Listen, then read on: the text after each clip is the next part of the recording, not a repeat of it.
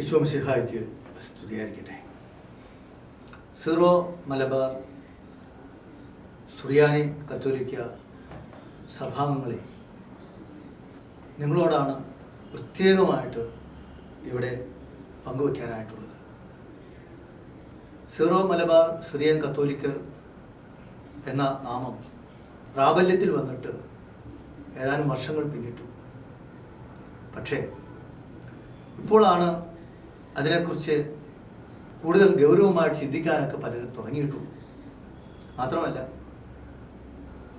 ആ യാഥാർത്ഥ്യത്തെക്കുറിച്ച് വളരെ തെറ്റിദ്ധാരണജനകമായ ആശയങ്ങൾ പരത്തുന്നുമുണ്ട്. സത്യത്തിൽ ഓരോ സീറോ മലബാർ സുറിയാനി കത്തോലിക്കരും അഭിമാനം കൊള്ളേണ്ട ഒരു യാഥാർത്ഥ്യമാണിത്.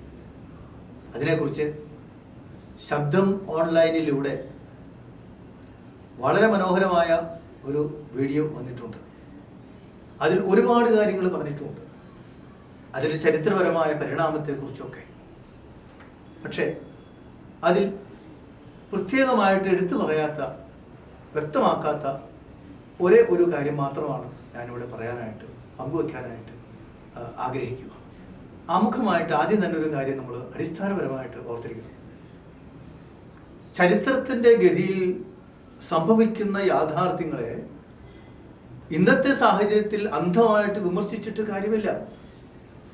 ചരിത്രത്തിൽ സംഭവിച്ചു പോയ കാര്യങ്ങളെ നമ്മൾ ഇന്ന് അംഗീകരിച്ച് അതിൻ്റെ കുറവുകളെ ഇനി എങ്ങനെ പരിഹരിക്കാനായിട്ട് സാധിക്കും എന്നാണ് നമ്മൾ നോക്കേണ്ടത്.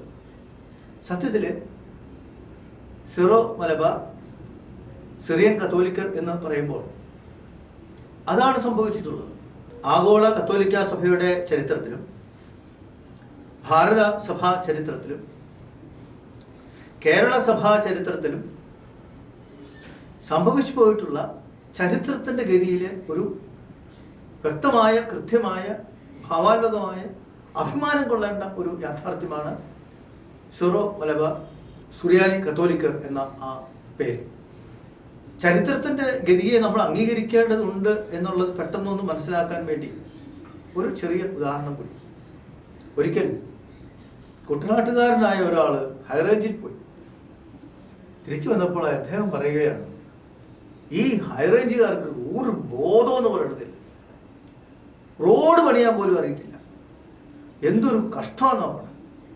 കുന്നും റോഡുകളൊക്കെ പൂക്കെന്ന് പറഞ്ഞ് പോകും, പിന്നെ താഴോട്ടും ഇതാ പോകുന്നു, എൻ്റെ അടുത്ത് വലിയൊരു വളവ്, ഇങ്ങനെയൊക്കെ റോഡ് പണിക്കാവോ? പാവം കുട്ടനാട്ടുകാരൻ. ഹൈറേഞ്ച് എന്ന് പറയുന്നത് കുന്നും മലകളുമുള്ള മലനിരകൾക്കിടയിലുള്ളതായ സ്ഥലമാണ്. അവിടെ റോഡുകൾ അങ്ങനെ പണിയാനേ പറ്റത്തുള്ളൂ.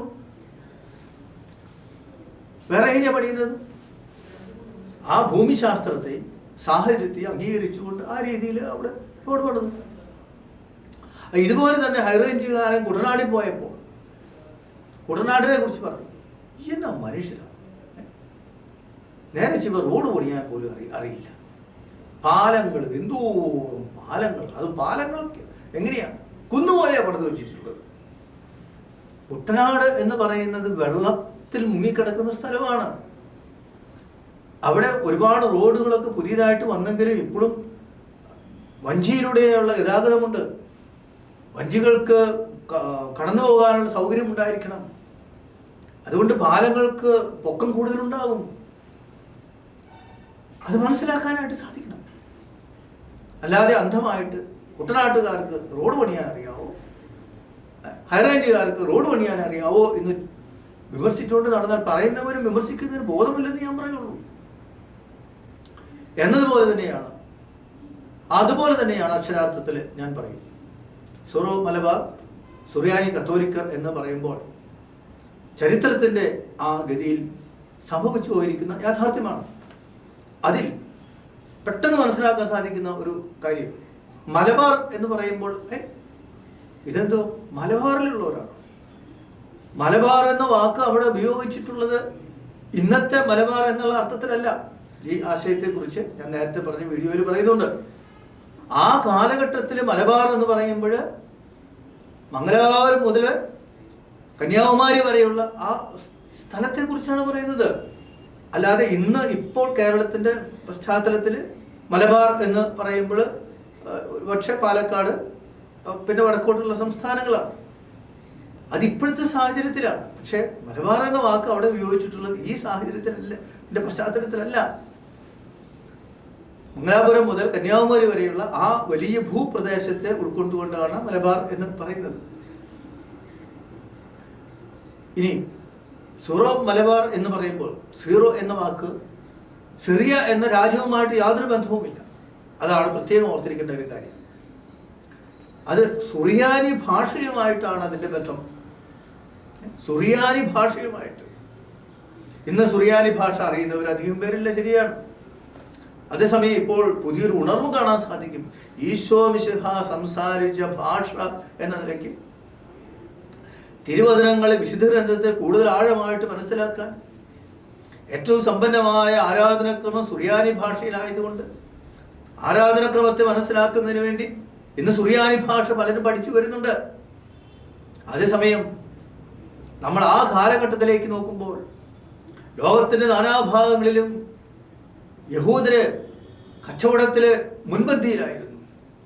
അതുകൊണ്ട് ആ സുറിയാനി ഭാഷ കച്ചവട ഭാഷയായിരുന്നു. ഏതുപോലെ എന്ന് ചോദിച്ചാൽ ഇന്നത്തെ ഇംഗ്ലീഷ് പോലെ എന്ന് പറയാനായിട്ട് പറ്റും.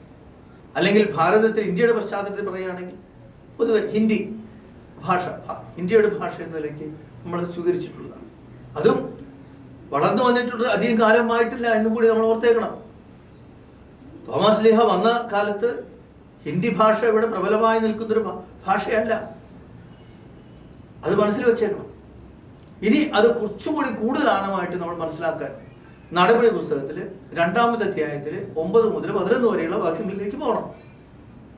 അവിടെ പത്രോസ് ലീഹായുടെ പെന്തക്കുസ്തായ്ക്ക് ശേഷമുള്ള ആദ്യത്തെ പ്രസംഗത്തിൽ വലിയൊരു അത്ഭുതം നടന്നു. അവിടെ വലിയൊരു ഭാഷാവരത്തിൻ്റെ അത്ഭുതം നടന്നു. എന്തായിരുന്നു ഭാഷാവര അത്ഭുതം? പത്രോസ് ലീഹ സംസാരിച്ച ആ ഭാഷ തീർച്ചയായും അത് സുറിയാനി ഭാഷ ആയിരിക്കണം.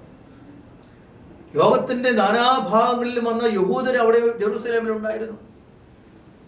അവരെല്ലാവരും പറയാണ്, എങ്ങനെയാണ് നമ്മളെല്ലാം നമ്മുടെ ഭാഷയിൽ തന്നെ അത് ശ്രമിക്കുന്നു എന്നുള്ളത്.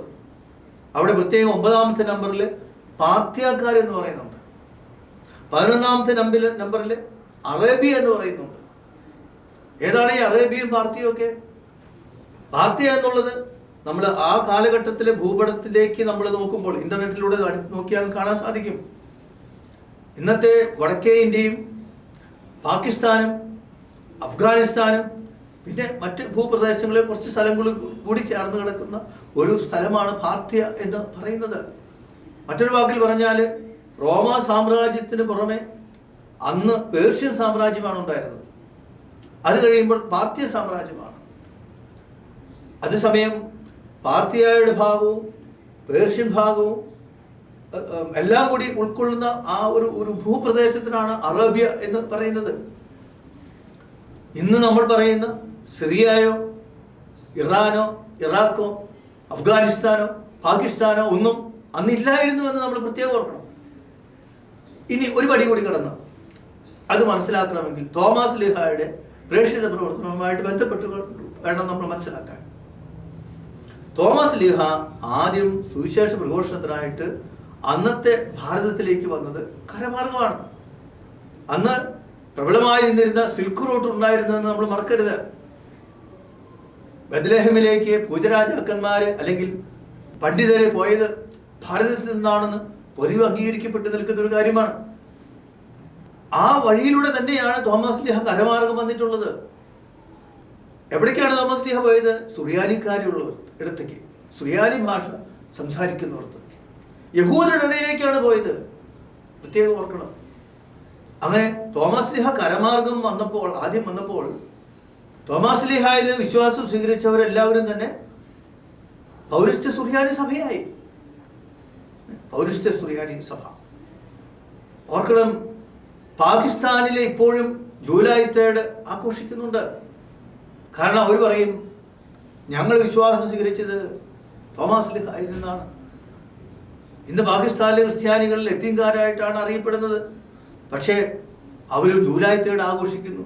തോമസ് ലീഹായിൽ വിശ്വാസം സ്വീകരിച്ചവരാണെന്ന് അഭിമാനത്തോടുകൂടി പറയുകയാണ്. ജീവിക്കുന്ന രക്തസാക്ഷികളാണ് അവർ. അതെങ്ങനെയാ? തോമസ് ലീഹ ആദ്യം കരമാർഗം വന്നു എന്നുള്ളതാണ്. തോമസ് ലീഹയുടെ രണ്ടാമത്തെ ആഗമനമാണ് മലബാറിലേക്കുള്ള ആഗമനം. അവിടെ അന്നും മലബാർ എന്ന വാക്ക് തന്നെയാണ് ഉപയോഗിച്ചിട്ടുള്ളത്. അത് കടൽ മാർഗമാണ്. അത് 52 എന്ന് നമുക്ക് എല്ലാവർക്കും അറിയാം. പക്ഷേ ഇവിടെ ഒരു തെറ്റ് പറ്റിയിട്ടുള്ളത്, തോമസ് ലീഹ ഭാരതത്തിലേക്ക് വന്നത് 52 ഇപ്പോഴും പലരും പറഞ്ഞുകൊണ്ടിരിക്കുന്നത് പച്ചക്കള്ളമാണ്. അത് മാറ്റിയേ മതിയാവും. തോമസ് ലീഹയുടെ രണ്ടാമത്തെ ആഗമനമാണ് മലബാറിലേക്കുള്ള 52 കടൽ മാർഗം വഴിയുള്ള വരവ്. വിശുദ്ധനായ ഫ്രാൻസിസ് സേവ്യറിൻ്റെ കത്തുകളിൽ അത് വ്യക്തമായിട്ട് പറയുന്നുണ്ട്. അതായത് തോമസ് ലീഹയുടെ ആഗമനത്തെക്കുറിച്ചല്ല, ഗോവയിലും ഒക്കെ മാർത്തോമ ക്രിസ്ത്യാനികളുണ്ടായിരുന്നു. ഫ്രാൻസിസ് സേവ്യർ തൻ്റെ യാത്രയിൽ ഗുജറാത്തിനടുത്തുള്ള ഒരു സൊക്കോത്ര ദ്വീപിൽ കപ്പലിറങ്ങിയെന്നും ആ സൊക്കോത്ര ദ്വീപിൽ താമസിക്കണമെന്ന് ഫ്രാൻസിസ് സേവ്യർ ആഗ്രഹിച്ചു. കാരണം അവിടെ മാർത്തോമ ക്രിസ്ത്യാനികളുണ്ടായിരുന്നു. പക്ഷെ കപ്പിത്താൻ പറഞ്ഞു പറ്റില്ല, അവിടെ മുസ്ലിംസ് ഉണ്ട്, അപകടമാണ്. അങ്ങനെയാണ് ഫ്രാൻസിസ് സേവ്യർ സൊക്കോത്ര ദ്വീപിൽ താമസിക്കാതെ ഇന്ത്യയിലേക്ക് പോകുന്നത്. പക്ഷേ ഇന്ന് സൊക്കോത്ര ദ്വീപിൽ മാർത്തോമ ക്രിസ്ത്യാനികളില്ല, എല്ലാം ഇസ്ലാമായിട്ട് പോയി. കരമാർഗം തോമസ് ലീഹ വിശ്വാസം പകർന്ന് ഇന്നത്തെ സൗദിയിലൂടെയും ഇറാനിലൂടെയും ഇറാഖിലൂടെയും ആ പ്രദേശത്തിലൂടെ കടന്നു വന്നപ്പോൾ അന്നത്തെ മാനസാന്തരപ്പെട്ട യഹൂദരിലൂടെ വളരെ ശക്തമായ ക്രൈസ്തവ സമൂഹങ്ങളുണ്ടായിരുന്നു. അതൊക്കെ ചരിത്രത്തിൻ്റെ ഗതിയിൽ ഇസ്ലാം രാജ്യങ്ങളായിട്ട് മാറി. പാകിസ്ഥാനും ഒരു ഇസ്ലാം രാജ്യമല്ലേ?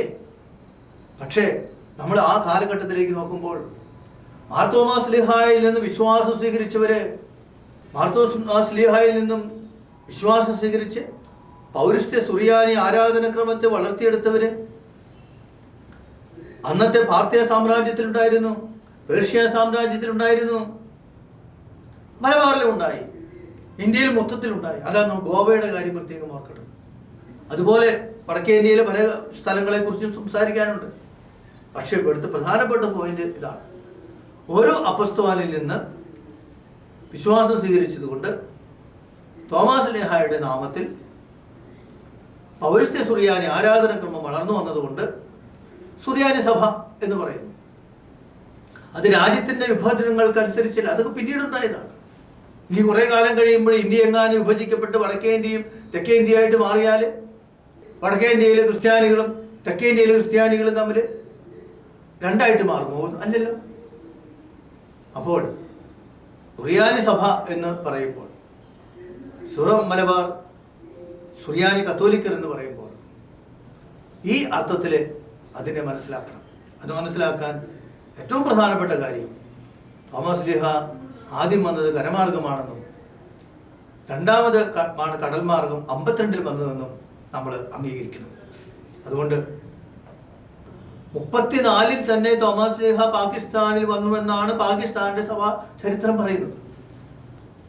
അപ്പോൾ ഭാരതത്തിൽ തന്നെ ക്രൈസ്തവ സഭ ഉണ്ടായ കാലം മുതൽ 33 ഈശോ മരിക്കുന്നു. ഇതാ സഭ ലോകത്തിന്റെ നാനാഭാഗങ്ങളിൽ വളർന്നപ്പോൾ ക്രൈസ്തവ വിശ്വാസം, ക്രൈസ്തവ സഭ ഇവിടെ ആദിമ നൂറ്റാണ്ട് മുതലേ ഭാരതത്തിൽ വളർന്നു എന്നുള്ളതിൻ്റെ തെളിവാണ് സുറോ മലബാർ സുറിയാനി കത്തോലിക്കർ എന്ന് പറയുമ്പോൾ അർത്ഥമാക്കുന്നത്. ഇനി ഇത് കൂടുതൽ മനസ്സിലാക്കണമെങ്കിൽ നമ്മൾ ലത്തീൻ സമൂഹത്തോടൊത്തും സുറോ മലങ്കര സഭയോട് ചേർന്നും അതുപോലെ തന്നെ തദ്ദേശവാസികളായ ഇവിടെയുള്ളവർ ക്രൈസ്തവ വിശ്വാസത്തിലേക്ക് വന്ന വിഭാഗങ്ങളും അതെല്ലാം നമ്മൾ പിന്നെ വിശദീകരിച്ച് കാണേണ്ടതുണ്ട്. പക്ഷെ അതിനെക്കുറിച്ച് ശബ്ദം ചാനലിലൂടെ അച്ഛൻ കുറേയൊക്കെ പറഞ്ഞു വെച്ചിട്ടുണ്ട്. ഏറ്റവും അടിസ്ഥാനപരമായ കാര്യം ഞാനിവിടെ പ്രത്യേകം പറഞ്ഞു വയ്ക്കുക, പറയാനായിട്ട് ആഗ്രഹിക്കുന്നത്, തോമസ് ലീഹ 52 ഭാരതത്തിലേക്ക് വന്നതെന്ന് ഇനി പറയാതിരിക്കുക.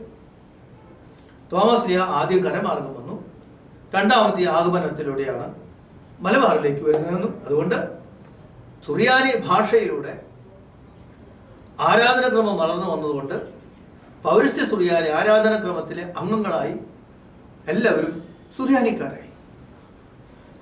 ഒരു കാര്യം കൂടി അവിടെ ഒന്ന് സൂചിപ്പിച്ചോട്ടെ. ഇത് പൗരസ്ത്യ സുറിയാനി നസ്രാണി സഭയാണ്. പക്ഷെ നസ്രാണി എന്ന വാക്ക് നമ്മൾ അത്രയും ഇപ്പോൾ ഉപയോഗിക്കുന്നില്ല. നമ്മൾ നസ്രായൻ്റെ അനുയായികളായ നസ്രാണി സഭ അത്രമാത്രം ഈശോയുടെ വ്യക്തി ജീവിതവുമായിട്ട് പോലും നമുക്ക് അടുപ്പമുള്ളതായിട്ട് കാണാനായിട്ട് സാധിക്കും. അതുകൊണ്ട് സിറോ മലബാർ സുറിയാനി കത്തോലിക്കർ എന്ന പേരിൽ അഭിമാനം കൊള്ളുവാനായിട്ട് നമുക്ക് സാധിക്കട്ടെ. മാർ തോമസ് ലീഹായുടെ അനുസ്മരണ ദിവസമായ ദുഃഖാന തിരുനാളിൻ്റെ മംഗളങ്ങൾ ആശംസിച്ചുകൊണ്ട് നിർത്തട്ടെ. ആമേൻ.